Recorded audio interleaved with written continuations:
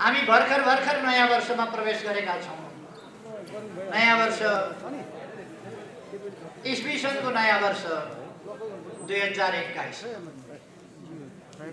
यो वर्ष सबैका लागि सुखमय हुन सकोस्, सुस्वास्थ्यको वर्ष हुन सकोस् र सबैका लागि उन्नति, प्रगति र सफलताको वर्ष हुन सकोस्।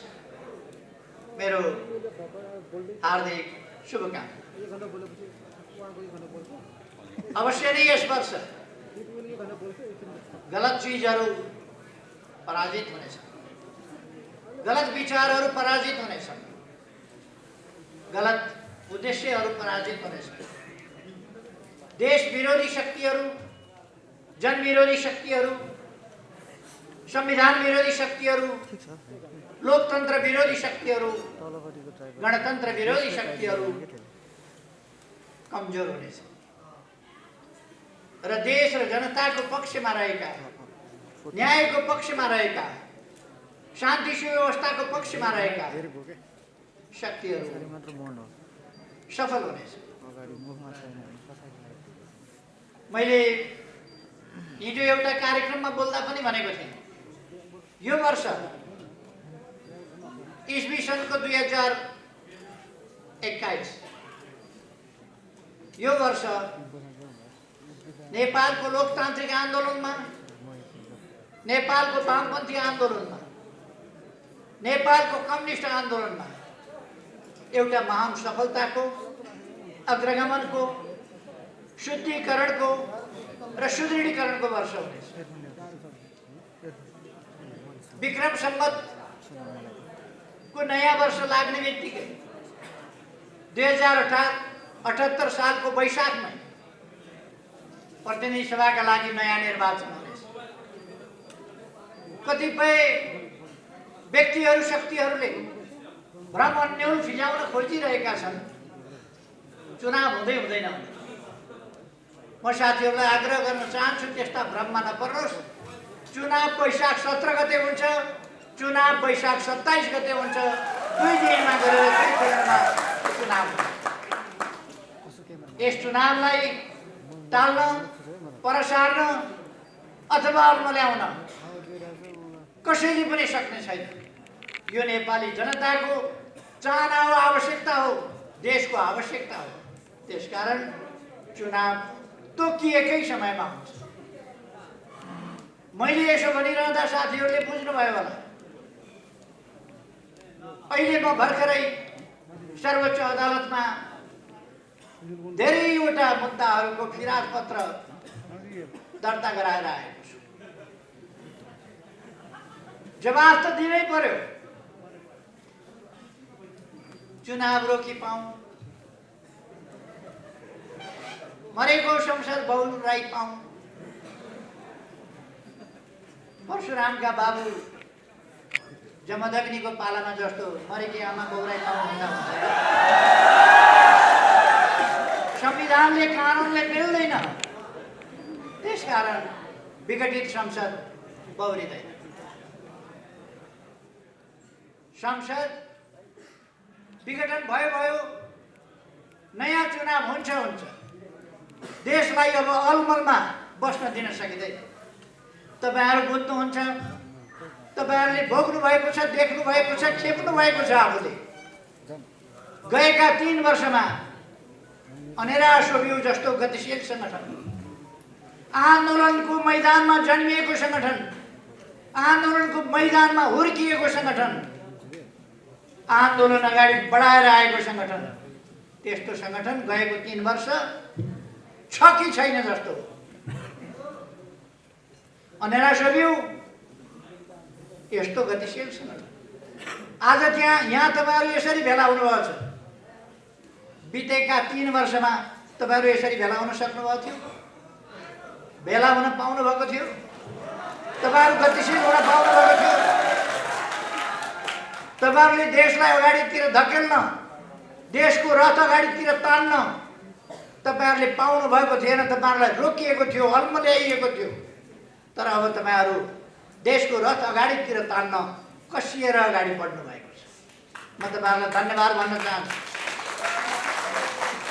यो प्रसङ्ग मैले किन भनेको, अनेरा सोभियु जस्तो सङ्गठन त शिथिल भयो भने युवा विद्यार्थीहरूको यस्तो गतिशील सङ्गठन सङ्घर्षको मैदानमा जन्मिएको निरङ्कुश राजतन्त्र तानाशाही पञ्चायती व्यवस्था भएका बेला जन्मिएर ठुला ठुला आन्दोलनहरू गरेर गणतन्त्र ल्याएर पञ्चायत फालेर सङ्घीय लोकतान्त्रिक गणतन्त्रसम्म देशलाई पुर्याउने संविधान बनाउने कुरादेखि लिएर अनेक अभियानहरू सञ्चालन गरेर आएको सङ्गठन।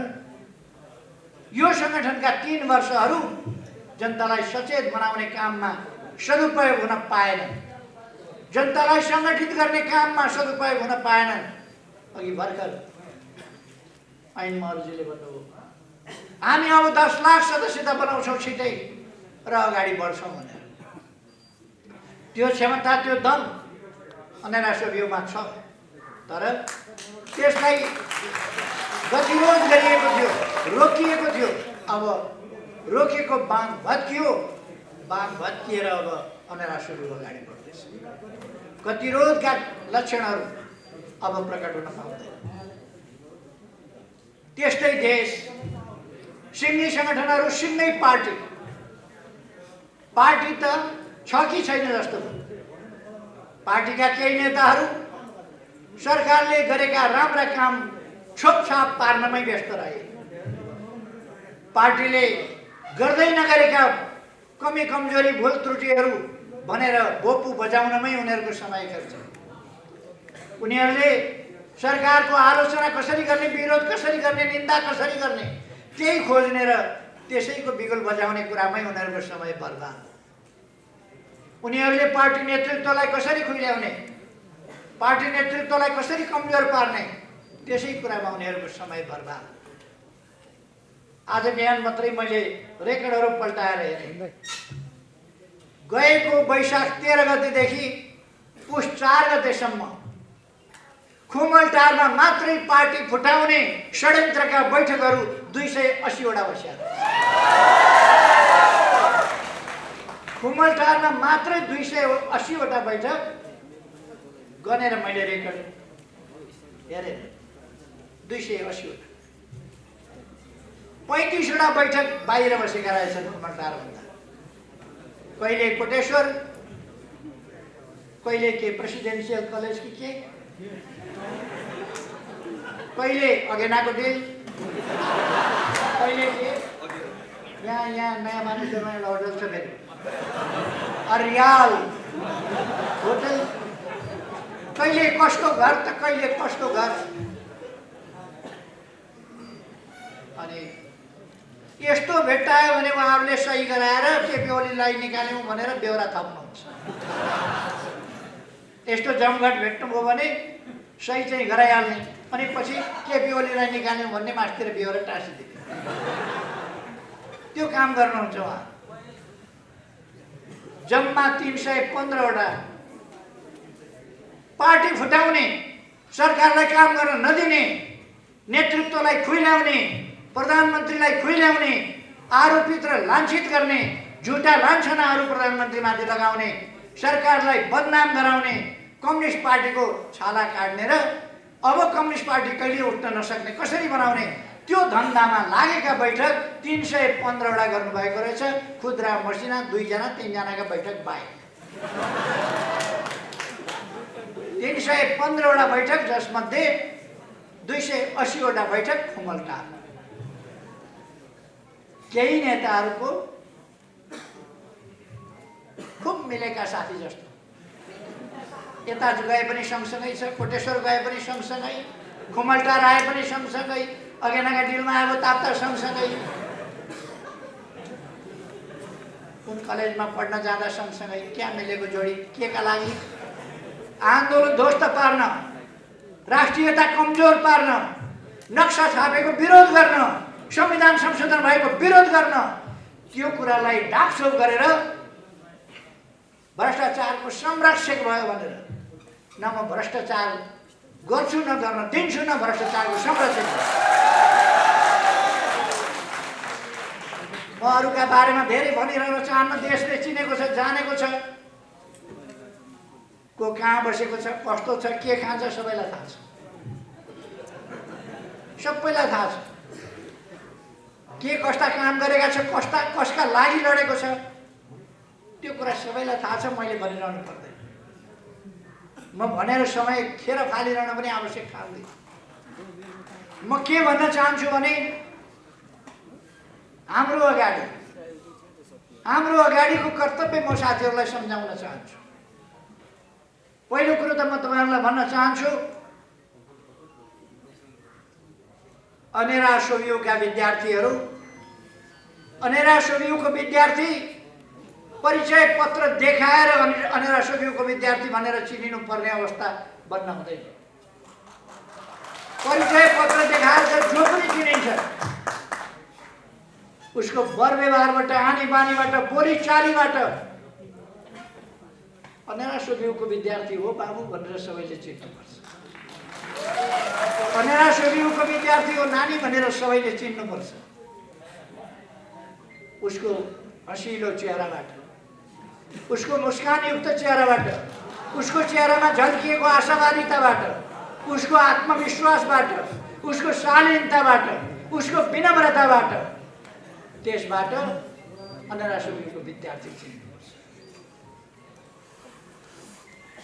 थाहा पाउनु पर्दछ बुढाबुढी बसमा आयो भने, चढ्यो भने पहिले उठेर सिट छोडेर यहाँ बस्नुस् बुबा, यहाँ बस्नुस् आमा भन्ने त्यो अनेरा सोभियूको विद्यार्थी।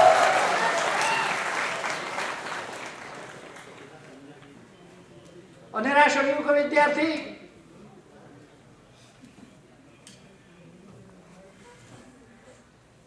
जातीय आधारमा, क्षेत्रीय आधारमा, भौगोलिक आधारमा कसैलाई होच्याउने निन्दा गर्ने गर्दैन।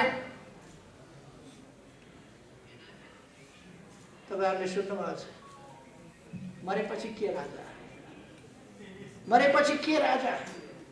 जातीय आधारमा त्यसरी हेप्नु, होच्याउनु भनेको शोभा दिने कुरा हुन्छ। अनेरा सोभियूले त्यस्तो गर्दैन, त्यस्तो सिक्दैन, त्यस्तो अभ्यास गर्दैन, जातीय भेदभाव गर्दैन। अनेरा सोभियूले सबैलाई समान देख्छ। मानव जातिको महत्ता, गरिमा, त्यसलाई सम्मान गर्छ, कदर गर्छ। एउटा नेताले चर्को भाषण गरेछ अनि केपी ओलीले महिलाको किडनी लाएर दिमागै बिग्रियो। महिलाको किडनी लगाउँदा दिमाग बिग्रियो भने महिलाबाट जन्मिएको त्यो मान्छे पहिले नै देखिन्छ। म त्यतापट्टि जान चाहन्छु। महिला माथिको कत्रो अपमान हो। महिलाको त किडनी मात्रै लगायो भने पनि मान्छे पागल हुन्छ। त्यो दिन बेलुका तिनलाई श्रीमतीले कसरी खाना दिइन् होला,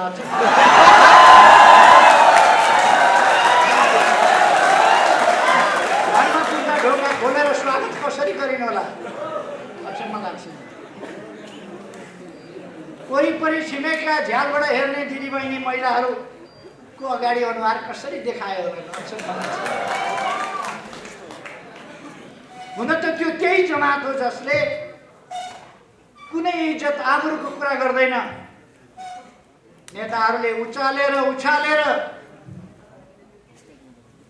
एकजना महिला राष्ट्रपति देशले पाएको छ। पहिलोपल्ट अत्यन्तै गरिमामय ढङ्गले व्यवहार गर्ने, अत्यन्तै जिम्मेवार ढङ्गले व्यवहार गर्ने, अत्यन्तै शालीन र भद्र महिला, जसमा असाधारण देशभक्तिको भावना छ, लोकतन्त्रको लडाइँबाट खारिएर आउनुभएको छ, त्यस्तो महिलालाई राष्ट्रपति पाएको छ। उहाँको इज्जत माथि हमला गर्न, उहाँको मान प्रतिष्ठामा दावा बोल्न, उहाँलाई अपमान गर्न तयार भएर नारा लगाउँदै जुलुसमा नेताहरू मुस्कुराउँदै हिँडेको हामीले देखेका छौँ। शरम हुनुपर्ने हो, शरम हुनुपर्ने हो। सामाजिक कम से कम मर्यादा त राख्नुपर्छ नेताहरूले। आफ्नो जुलुसमा कतिसम्म सभ्य नाराहरू, कतिसम्म असभ्यता के हुनुपर्छ त्यो त ध्यान राख्नुपर्छ। म त्यतापट्टि जान चाहन्न। त्यो उनीहरूको संस्कृति हो, उनीहरूको सभ्यता हो, उनीहरूको संस्कार हो, त्यसतिर म जान चाहन्न। तर अनेरासोभियुले त्यस प्रकारका चिन्तन, वचन र व्यवहार, चिन्तनमा पनि महिला होस् वा जोसुकै होस्, अपमान गर्ने खालका चिन्तन मनमा लिनु हुँदैन, मस्तिष्कमा लिनु हुँदैन। अनेरासोभियु कुनै पनि आधारमा कसैलाई हेप्ने, होच्याउने, अपमान गर्ने त्यो खालका सोचहरू अनेरासोभियुले लिनु हुँदैन। त्यसै कारण मैले भनेको अनेरासोभियुको विद्यार्थी भन्ने कुरा उसको मिठो बोलीबाट जनताले चिन्नुपर्छ, आकर्षक सही व्यवहारबाट जनताले चिन्नुपर्छ, परिचय पत्र देखाउनु नपरोस्। अनेरासोभियुको विद्यार्थी भनेर व्यवहारबाट चिनियोस्, विचारबाट चिनियोस्, त्यो म तपाईँहरूलाई आग्रह गर्न चाहन्छु। अनेरासोभियुको विद्यार्थी भनेर देशभक्तिको भावनाबाट चिनियोस्, राष्ट्रवादी चरित्रबाट चिनियोस्, चिन्तनबाट चिनियोस्, लोकतान्त्रिक व्यवहार चिन्तन र अभ्यासबाट चिनियोस्, सामाजिक न्याय र समानताको पक्ष पोषण र त्यस अनुसारको व्यवहारबाट चिनियोस्। तब मात्रै हामी त्यस्तो समतामूलक, त्यस्तो न्यायोचित समाज निर्माण गर्न सक्छौँ। त्यसकारण अनेरासोभियुले बुझ्नु पर्दछ, अनेरासोभियु सामाजिक जागरणको अगुवा हो, सामाजिक जागरणको अभियन्ता हो, न्यायोचित समाजतर्फको हाम्रा यात्राको संवाहक हो। अनेरासोभियु हाम्रो युवा पङ्क्ति त्यस्तो। त्यसकारण हामीले त्यसै अनुसारको गम्भीर आचरण गर्नुपर्छ। म साथीहरूलाई भन्न चाहन्छु, तपाईहरू कुनै अलमलमा नपर्नुहोस्। भविष्य तपाईहरूको हो। यस देशमा लामो समय तपाईहरूले बाँच्नु छ। यो देश बिग्रिन दिनुभएको छैन, सपार्दै लानु परेको छ। एउटा विकसित, एउटा सभ्य, सुसंस्कृत, शान्तिपूर्ण, सुरक्षित, भयरहित, सम्मानपूर्ण, समतामूलक, समृद्ध समाज निर्माण गर्ने हाम्रो अभियान आज प्राप्त गर्ने सम्म, हुन सक्ने सम्म छिटै हामी त्यो व्यवस्था कायम गर्छौँ। जति सकिन्छ छिटो गर्छौँ, अहिले पनि गर्छौँ। तर जो बाँकी रहेको छ त्यसका लागि, भोलिका लागि हामी ती कामहरू गर्छौँ। हाम्रो समाज एउटा निरन्तर छ, निरन्तर हुन्छ, रहन्छ समाज। यो समाज निरन्तर अझ बढी आधुनिक, अझ बढी विकसित। आधुनिक भनेको फेरि कसैले बुझ्छन् छाडा भन्ने, कसैले बुझ्छन् आस्थाहीन, कसैले बुझ्छन् छलछाम गर्ने खालको, कसैले बुझ्छन् भ्रष्टतायुक्त। आधुनिक भनेको विज्ञान र प्रविधिले तथ्यपूर्ण ढङ्गले सामाजिक न्याय र समानतामा आधारित सभ्य संसार गरे आधुनिक भनेको। अन्धविश्वास होइन, विश्वास आधुनिक भनेको। अवैज्ञानिक कुराहरू होइन, वैज्ञानिक कुरा। तथ्यहीन होइन, तथ्ययुक्त कुरा। कसैले आजको जमानामा पनि आश्चर्य लाग्छ, जन्मसिद्ध श्रेष्ठताको कुरो गरेर हिँडेको छ। जन्मिँदै शासक हुने। हुन त हाम्रा नेताहरूमा पनि कतिपय देखिन थालेको छ आजकल। नेताको छोरा भएपछि टप्लक्क माथि एकैचोटि केन्द्रमा, नेताको ज्वाइँ भयो भने जहाँबाट आएको भए पनि शासक भइदिन्छ पार्टी। नेताको आफन्त भयो भने यसै ठुलो भइदिन्छ। नेताले खुलेआम अब त लाज नमाने, अप्ठ्यारो नमाने भन्न थाले। यो त मेरो पारिवारिक मामला हो, मलाई परिवारमा अप्ठ्यारो छ। पार्टीले नेताको पारिवारिक अप्ठ्यारो फुकाइदिनु पर्ने, देश बनाउन छोडेर। कार्यकर्ताको मूल्याङ्कन नगर्ने, उसको अप्ठ्यारोको मूल्याङ्कन गर्ने। कसको श्रीमती रिसाउँछ, कसको श्रीमान रिसाउँछ, कसका छोरी रिसाउँछन्, कसका ज्वाइँ रिसाउँछन्, कसका नातिनी रिसाउँछन्। त्यसका लागि पार्टी नतमस्तक भइदिनु पर्ने। मैले धेरै भनिरहनु पर्दैन, साथीहरूले जान्नुभएको छ, देख्नुभएको छ, भोग्नुभएको छ, यही समाजको कुरा हो। त्यस कारण म आग्रह गर्न चाहन्छु, हामीले आफ्नो भलो गरौँ न्यायोचित ढङ्गले, आफ्नो भलो गरौँ उचित ढङ्गले, आफ्नो भलो गरौँ स्वस्थ ढङ्गले, आफ्नो भलो गरौँ अरूको भलाइमा आघात नपारिकन, आफ्नो भलो त्यसरी गरौँ। म साथीहरूलाई आग्रह गर्न चाहन्छु, हामीले एउटा सभ्य समाज निर्माण गरेका हौँ, मानवोचित समाज निर्माण गर्न खोजेका हौँ। त्यसकारण मानवोचित समाजमा जानुपर्छ। अहिले मैले भरसक पार्टी जोगाएर लान चाहेको छु। निर्वाचन आयोगमा पुगेछन् केही मान्छेहरू, निर्वाचन आयोगमा पुगेर असली पार्टी हामी हौँ भनेछ।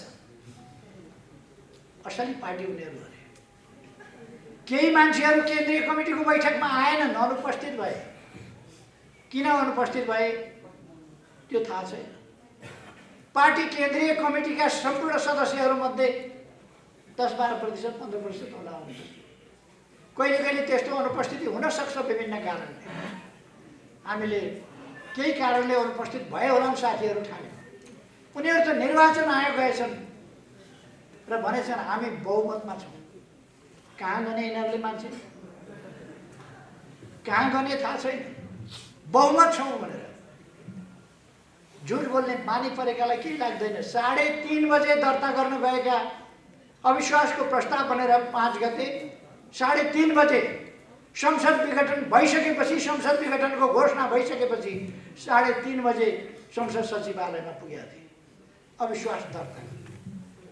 संसद सचिवालयले भनेछ संसद विघटन भइसक्यो, के को अविश्वास दर्ता? तैपनि मानेनन्। संसद सचिवालयले भन्यो ढिलो, पहिले नै गरे भए हुन्थ्यो। सभामुखले लेखे यो त बिहान 10:30 बजे 10:40 बजे कति बजे नै म कहाँ आएको थियो। सभामुख कहाँ कानुनले जाने नै होइन र सभामुख अचम्म लाग्यो। आफ्नै संसदको यो हकीकत भन्नु पर्दा अप्ठ्यारो पनि लाग्छ, लाज पनि लाग्छ। सभामुख जस्तो मान्छेले 3:30 बजे लगेको निवेदन 10:30 बजे नै ल्याएको थियो भनेर कृत्य साक्षी बस्छ। सभामुख जस्तो मान्छे कृत्य कामको साक्षी बस्नु कहाँसम्म लज्जाजनक, कहाँसम्म संसदीय प्रणालीको तमासा, कहाँसम्म त्यसको हुर्बत लिने काम हो, तपाईँहरू बुझ्नु सक्नुहुन्छ।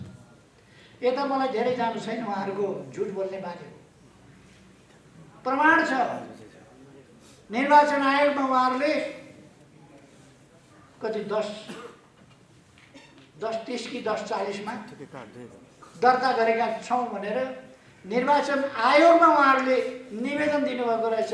संसद सचिवालयले वक्तव्य दिएको छ 3:30 बजे मात्रै ल्याएका हुन् हामी कहाँ, 3:30 बजे मात्रै दर्ता गरेको दबावका कारण वक्तव्य छ संसद सचिवालय। निर्वाचन आयोगमा जानुभयो उहाँहरू। निर्वाचन आयोगले तपाईँहरूको यो दाबी नै भएन, दाबी नै पुगेन, जानुस् भनेर फर्काइदियो। उहाँहरूले हल्ला चलाउनु भयो, जोरदारले कराउनु भयो, सकेसम्म सबै मिलेर कराउनु भयो। केपी ओलीले झुट बोल्यो, नयाँ रहस्यको उद्घाटन केपी ओलीले झुट बोल्यो भनेर। निर्वाचन आयोगले के भन्यो त उहाँहरूलाई, तपाईँहरूको दाबी पुग्यो भन्यो त। अन्तिका दिन मात्रै दाबी उहाँहरूको फिर्ता गर्यो। उहाँहरू अर्को पत्र लेखो, तपाईँहरूको दाबी छ भने 7 दिनभित्र ल्याउनु, यो भएन।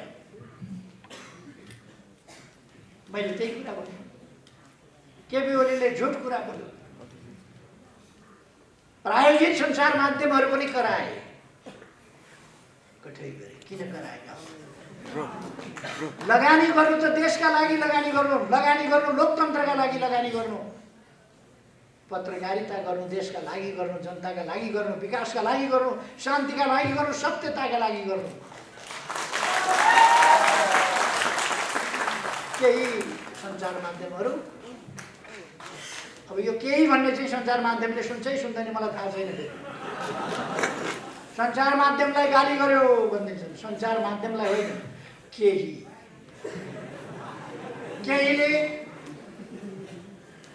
केहीले त किन कसम खाएको यो देश बन्छ भनेर किन आत्तिएका हुन् मलाई छक्क लाग्छ।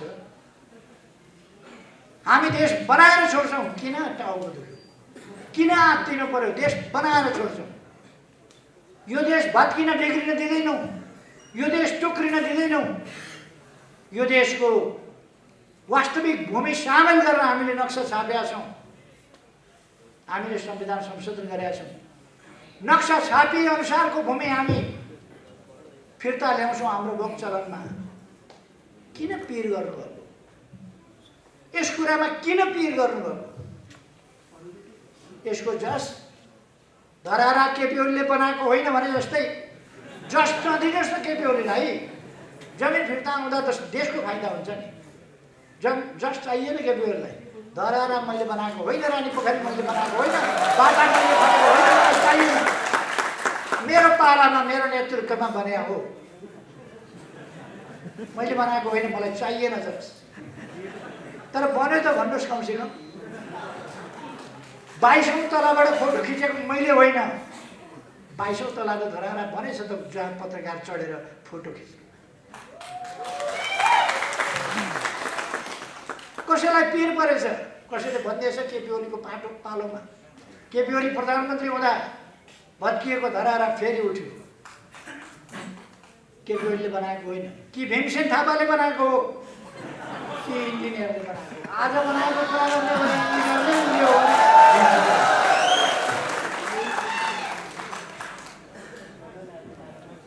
चित्तको कुरा हो त्यो। मलाई चित्तसँग केही भन्नु छैन। खै अब हामी सही विचारहरू लिएर, देशभक्तिपूर्ण विचारहरू लिएर, लोकतान्त्रिक विचारहरू लिएर, शान्तिपूर्ण विचारहरू लिएर, सुशासनका विचारहरू लिएर, भ्रष्टाचार विरोधी विचारहरू लिएर, विकासका विचारहरू लिएर, जनताका समस्याहरू समाधान गर्ने विचारहरू लिएर, जनताका सामाजिक समस्याहरू समेतलाई ध्यानमा राखेर तिनको समाधान गर्ने विचारका साथ अगाडि जान्छ। सामाजिक न्याय र समानता, पछाडि परेका ठाउँहरूलाई, क्षेत्रहरूलाई, व्यक्तिहरूलाई, समुदायहरूलाई अगाडि बढाउँदै हामी अगाडि जान्छौँ। त्यसकारण यो अभियानमा अब हामी सामेल हुने हो। हामी अत्यन्तै गतिशील ढङ्गले अगाडि बढ्ने हो। भ्रममा पर्ने होइन, भ्रमबाट मुक्त हुने। हाम्रो सूर्य चिन्न पाइँदैन कि कतिपय साथीहरूमा चिन्ता छ। हामीले नपाएर कसले पाउँछ त हाम्रो सूर्य चिन्ह?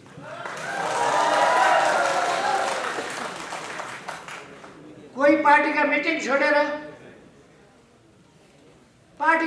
छोडेर अनि यही कार्की ब्याङ्केटमा आएर हामी बहुमतमा छौँ भनेर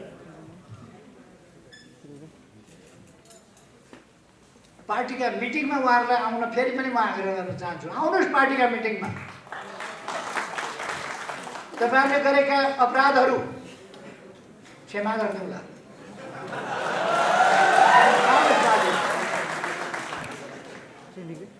कार्यकारी भन्ने मैले दिएको थिएँ। कार्यकारी दिँदा अत्यन्तै उपद्रव मचाउनु भयो, मैले कार्यकारी हटाइदिएको छु।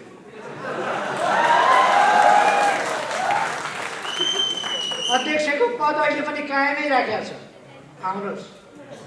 वरिष्ठ नेताहरूको पद कायमै राखेको छ, आउनुहोस्। प्रवक्ता भनेर तोक दिएको थियो, प्रवक्ताले साह्रै बढी च्याक गर्ने, छ्यास गर्ने, दुर्गन्ध फैलाउने काम गरिराख्नु हो। त्यसकारण प्रवक्ताबाट हटाइएको छ, तर सचिवालय सदस्य कायमै राखेको छ। आउनुहोस् फर्केर, सचिएर काम गर्नुहोस्। हामीले तपाईँहरूलाई कारबाही गरेका छैनौँ, पार्टीबाट निकालेका छैनौँ। आफ्नै साथीभाइले गरेको उपद्रव अलिकति सहनु पर्छ,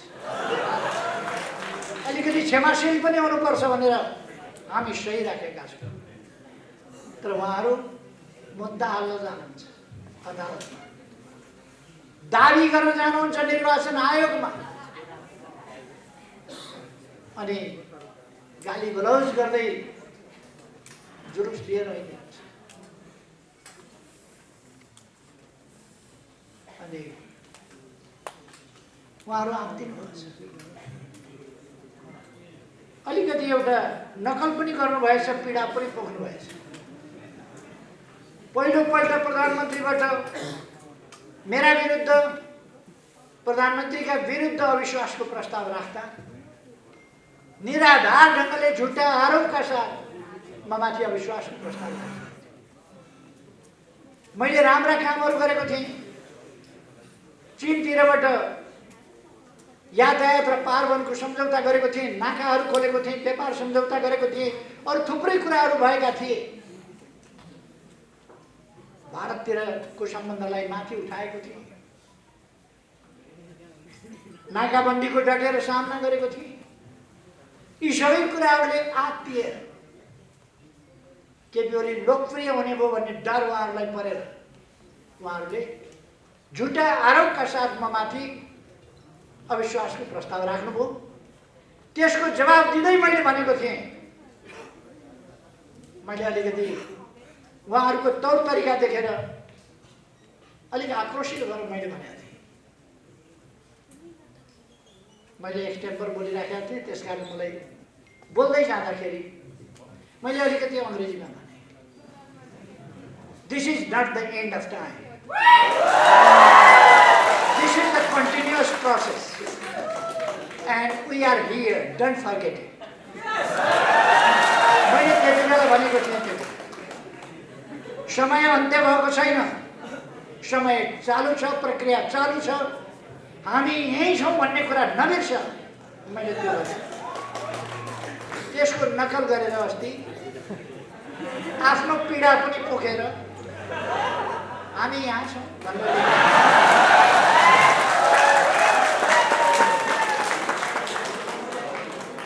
मैले ती बस्दै गर्नुहोस् भनेको थिएँ। फेरि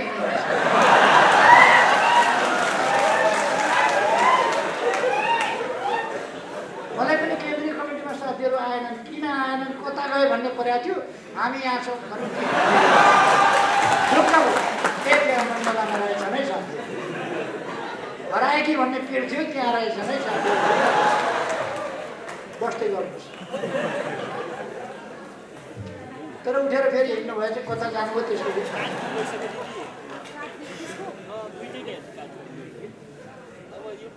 एकजनाले सुगा पालेछ, अनि सुगालाई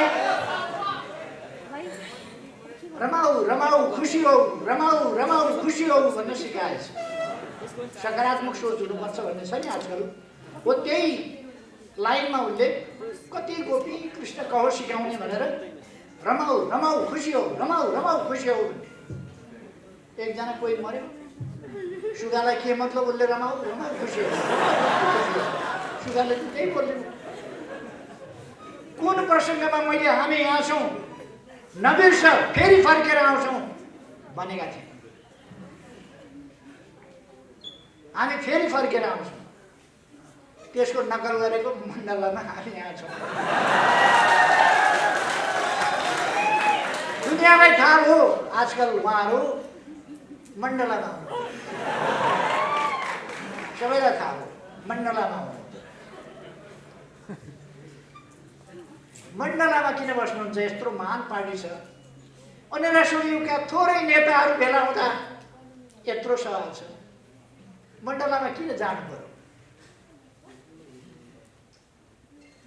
मरेकालाई उपियाले छोडे जस्तो तपाईँहरूलाई कार्यकर्ताले छोड्ने छन्। हामी यहाँ छौँ होइन, म यहाँ छु भनेर लेख्नु पर्ने छ तपाईँहरू। भन्ने शब्द हराएर म यहाँ छु। किन त्यो नौबत, किन त्यो अवस्थामा पुग्नुहुन्छ? आउनुहोस्, पार्टीमा आउनुहोस्, हामी फेरि यहीँ छौँ भनेर लेख्नुहोस्, हामी फेरि यहीँ आइपुग्छौँ। तपाईँहरूलाई फेरि पनि हामी गल्ती, कमजोरी र बदमासीका बावजुद 100 खत माफ। आउनुहोस्, देश बनाउने यस महाअभियानमा तपाईहरुका स्वार्थी प्रवृत्तिहरू त्यागेर आउनुहोस्। अब तपाईहरुका आत्मकेन्द्रित, स्वार्थी, पदलोलु, महत्त्वाकांक्षी प्रवृत्तिहरू छोडेर आउनुहोस्। तपाईहरुका छटपटी केमा छन् देशलाई थाहा छ, दुनियाँलाई थाहा छ। तपाईहरु किन छटपटाउनु? सबैलाई थाहा छ। त्यस्ता छटपटीहरू छोडेर आउनुहोस्। पार्टीमा तपाईहरुका ठाउँहरू यथावत छन्। तपाईहरु बस्ने कुर्सी हामीले यथावत राखिदिएको छ। तपाईहरुलाई पीर कुर्सीको छ धेरै थाहा छ। तपाईहरुलाई कुर्सीको पीर भएको हुनाले कुर्सी यथावत राखिदिएको छ पार्टी। आउनुहोस्, बस्नुहोस्। खै उहाँहरू आउनु भएन भने पनि, उहाँहरू आउनु भएन भने पनि यो अभियान अगाडि बढ्छ।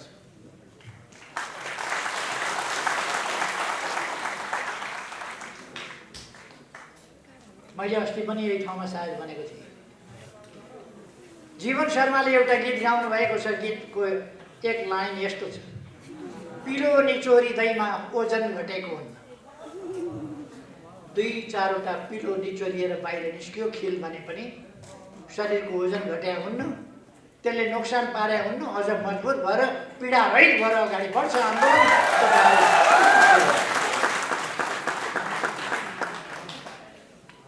म भन्न चाहन्छु, तपाईहरु नहुँदा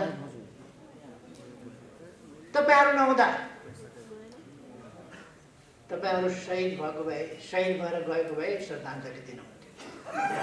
तपाईहरु शहीद त होइन। अब तपाईहरुलाई कार्यक्रमहरुमा स्मरण गर्नुपर्ने पनि आवश्यकता छैन। खाली तपाईहरुले जुन धुलो उडाउनुहुन्छ त्यसमा हामीले पानी छम्किनुपर्छ। त्यो धुलो बस्छ। तपाईहरुले दुर्गन्ध फैलाउनुहुन्छ, त्यहाँ हामीले अलिकति अत्तर छर्किनु। तपाईहरुले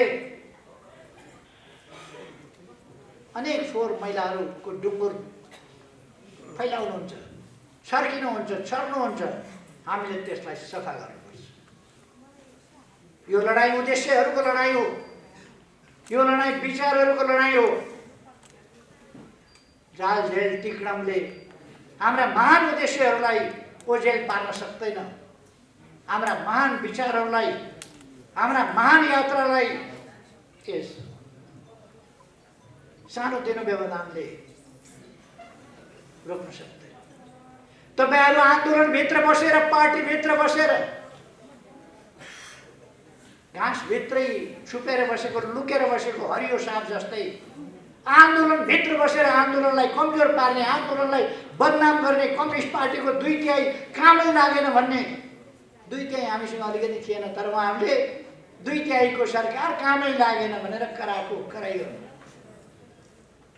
भित्र बसेर देशको समय बर्बाद गर्ने स्थिति ल्याउनु भयो। त्यसकारण संसद भङ्ग गर्नु पर्यो। अब तेज तर्रार सांसदहरूको, अब षड्यन्त्रकारीहरूको होइन, जाल झेल र टिक्रमकर्ताहरूको होइन, आफू आफ्ना सन्तान, आफ्ना नातागोता र आफन्तहरूलाई मात्र हेर्नेहरूको होइन, देश हेर्ने, देश बनाउने, जनता हेर्ने, जनतालाई माया गर्ने, जनताका समस्या समाधान गर्न अगाडि बढ्नेहरूको संसद बन्नेछ। हेर्दै जानु होला। अलिक समय तपाईहरु पछि कुद्दै गर्नुहुनेछ। हाइवेमा बस कुद्यो भने त्यस हाइवेमा कतैबाट झरेर आएको सुकेको पात त्यो बससँगै अलिकतिसम्म सँगसँगै पुग्छ। तर त्यो एकछिनपछि त्यही छोडिन्छ, बस मात्रै अगाडि जान्छ। तपाईँहरूले बुझ्नु भए हुन्छ, सुकेका पातहरू एकछिन हल्लिने हुन्, त्यसपछि ती थानको लाग्छन्, बस अगाडि बढ्छ।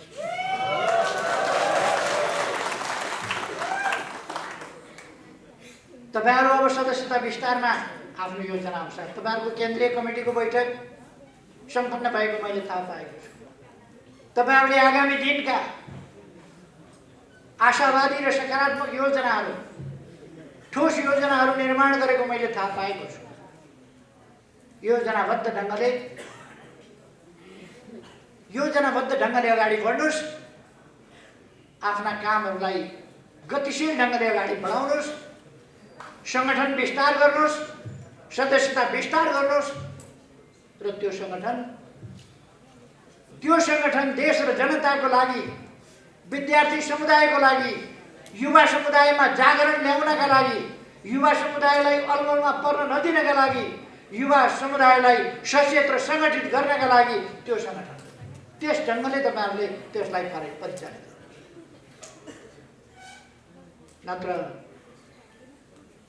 कुनै पनि सङ्गठन साध्य होइन। सङ्गठन भनेको साधन हो। त्यो साधनले साध्यमा पुग्नका लागि, साध्य प्राप्त गर्नका लागि सङ्गठन उद्देश्य हुँदैन, सङ्गठन लक्ष्य पनि हुँदैन। सङ्गठन उद्देश्य र लक्ष्यहरूमा पुग्नका लागि सङ्गठन कार्यक्रम होइन, कार्यक्रम कार्यान्वयन गर्नका लागि, सङ्गठन अगाडि बढ्नका लागि, त्यसका लागि सङ्गठन चाहिएको। त्यसै रूपमा तपाईँहरू यस विशाल सङ्गठनलाई अझ विशाल, अझ मजबुत, अझ गतिशील बनाउनुहोस् र अगाडि बढ्नुहोस्। आज जनताले तपाईँ युवा विद्यार्थीहरूबाट त्यही अपेक्षा गर्नुहुन्छ। म युवा विद्यार्थी साथीहरूलाई भन्न चाहन्छु, तपाईँहरूमाथि देशले भरोसा गरेको छ, तपाईँहरूमाथि देशले आशा गरेको छ, तपाईँहरूमाथि जनताले विश्वास गरेको छ। तपाईँहरू आजका सहयात्री, भोलिका जनबढी कर्णधार। तपाईँहरूले आजको सहयात्रीको भूमिका, संवाहकको भूमिका र भोलि देशलाई सिँगै धान्ने भूमिका त्यो आफ्ना काम र व्यवहारबाट देखाउनुपर्छ। हामी दुईटा ठुला छिमेकीहरूका बीचमा छौँ। हाम्रो विदेश नीति अत्यन्त संयमित र सन्तुलित हुन्छ, तर हामी हाम्रा राष्ट्रिय हितहरूलाई छोड्दैनौँ। हामी हाम्रा राष्ट्रिय हितहरूलाई रक्षा गरेर, हाम्रो स्वाधीनताको पक्षमा दृढताका साथ उभिएर त्यसलाई सही ढङ्गले कार्यान्वयन गरेर, हाम्रो भौगोलिक अखण्डताको रक्षा गरेर राष्ट्रिय हितलाई सुरक्षित गर्दै अगाडि बढ्नेछौँ। हामी समृद्ध नेपाल, सुखी नेपालीको राष्ट्रिय आकांक्षा, त्यसलाई पुरा गर्नका लागि अगाडि बढ्नेछौँ। हाम्रो राष्ट्रिय आकांक्षा हामी पुरा गरेर सोच्छौँ। तपाईँहरूलाई एउटा कुरा बताऊ, विदेशमा म जहाँ जान्छु अथवा विदेशी मित्रहरू जो नेपालमा आउनुहुन्छ, उहाँहरू सबैले भन्नुहुन्छ, विश्वभरिका नेताहरूले भन्नुहुन्छ, नेपालले छानेको, नेपालले रचना गरेको नेपालको राष्ट्रिय आकांक्षा, तय गरेको राष्ट्रिय आकांक्षा अत्यन्तै सही छ, सुन्दर छ, अत्यन्तै सठिक छ। सबै देशका नेताहरूले भन्छन् यहाँ आउँदा होस् अथवा हामी जाँदा होस्। तर तपाईँहरूले हाम्रो पार्टीका ठुला ठुला ओहदामा, ठुला ठुला पदमा बसेका नेताहरू केही, ती नेताहरूले कहिल्यै समृद्ध नेपाल, सुखी नेपाली भनेको सुन्नुभएको छ? कहिल्यै भन्नुहुन्न उहाँहरू, किनभने उहाँहरूको मन जल्छ। समृद्ध नेपाल, सुखी नेपाली वार वार आगो लाग्छ। विदेशी मित्रहरूले त्यसको सराहना गर्दा, समर्थन गर्दा उहाँहरूको मन जल्छ। कस्तो मन होला? समृद्ध नेपाल, सुखी नेपाली भन्न नसक्ने, समृद्ध होस् नेपाल, सामाजिक न्याय समानता सहितको होस् नेपाल। समृद्धि सबैको हिस्सामा परोस्, पछाडि कोही नपरोस्, दुखी दरिद्र भन्ने कोही नहोस् र असुरक्षित कोही नहोस्। भययुक्त जीवन कसैले बाँच्न नपरोस्, निर्भय भएर सबै बाँच्न पाऊँ, सबै सम्मानित जीवन बाँच्न पाऊँ। यसरी सुखी समृद्ध नेपाल र सुखी नेपाल। यो आकांक्षासँग उहाँहरूको वैरभाव केमा हो? उहाँहरू कहिल्यै बोल्न सक्नुहुन्न, उहाँहरूको मुखले बोल्न सक्दैन, उहाँहरूको मनले त्यसलाई पचाउन सक्दैन, उहाँहरूको मस्तिष्कले त्यसलाई पचाउन सक्दैन। तपाईँ हामी बुझ्न सक्छौँ कत्रो रहेछ उहाँहरूको चिन्ता। राष्ट्रको समृद्धि सुन्न सक्नुहुन्न, राष्ट्रको समृद्धि भन्न सक्नुहुन्न, देशको सुख जनताको सुख भन्न सक्नुहुन्न। उहाँहरू कत्रो रहेछ उहाँहरूको चिन्ता, के रहेछ उहाँहरूको मन, उहाँहरूको भावना के रहेछ, यी सबै कुरा तपाईँ हामीले देखेका छौँ। तर हामी यी उद्देश्यहरूबाट डगमगाउनु मैले देखेको छु। 50 वर्ष अगाडि देशमा जति बेला लोकतान्त्रिक शक्तिहरू कमजोर भएका थिए, तानाशाही दमनबाट छेदविच्छेद भएका थिए, चल्न सक्ने अवस्थामा थिएनन्। कोही जेलमा, कोही निर्वासनमा, प्रवासमा, कोही चुपचाप स्थिति। कम्युनिस्ट आन्दोलन पनि टुक्रा टुक्रा अवस्थामा, ससानो अवस्थामा थियो।